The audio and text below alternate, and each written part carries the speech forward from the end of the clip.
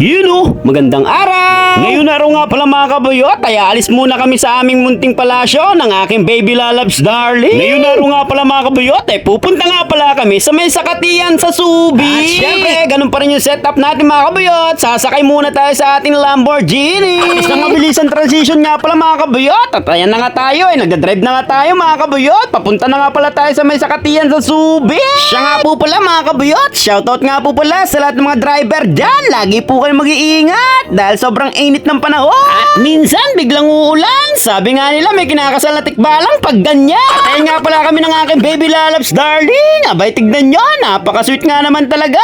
Parang hindi nag-aawa. Pero pag nasa bahay yan, parang asot pusa talaga yan. At habang nag-drive nga pala tayo mga kabuyot, ay magsha-shoutout muna tayo ng ating mga followers. Ang may wagang mensahe. Shoutout nga po pala kay Jean Nicolas from Castelio, Zambales. Shoutout nga din po pala kay Sir Nard Valdres at sa kanyang family, Begosa family. At shoutout din po pala kay Mami Julieta Hilario. At syempre, shoutout nga din po pala sa aking mga mababait na mami, kay Mami Melanie at kay Mami Annalyn. At syempre, shoutout nga din po pala kay Tita Marilyn, ang Barbie ng Barreto. At shoutout din po pala kay Ma'am Lorena Baluyo. Shoutout nga din po pala kay Sir Rodel Cantillo. At syempre, shoutout din po pala sa aking mami, kay Mami Helen. At shoutout nga din po pala kay Ate Rialyn Lacambra. Sa mga gusto nga po palang sumakay ng yate dyan, kontakin nyo nga lang po siya.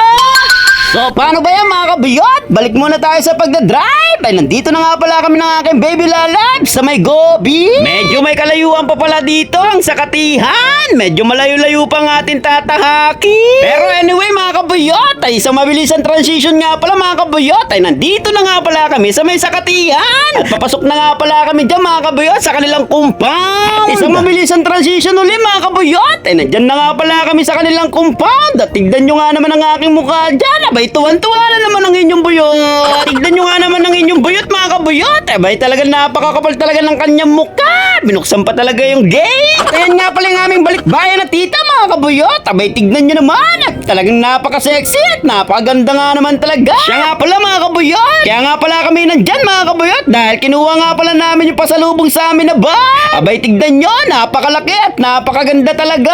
At binigyan niya nga rin pala yung aking baby lalabs dyan ng mga lotion na napakabango. Thank you so much sa iyo, Tita Arlene. I love you so much. Mama Chup Chup. Abay, tignan nyo nga naman itong buyot ninyo. Ay, talagang napapasayo na naman siya sa sobrang tuwa.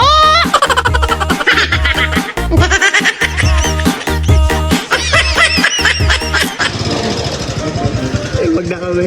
Ang ganda guys. Ang ano siya pang travel sa Dubai.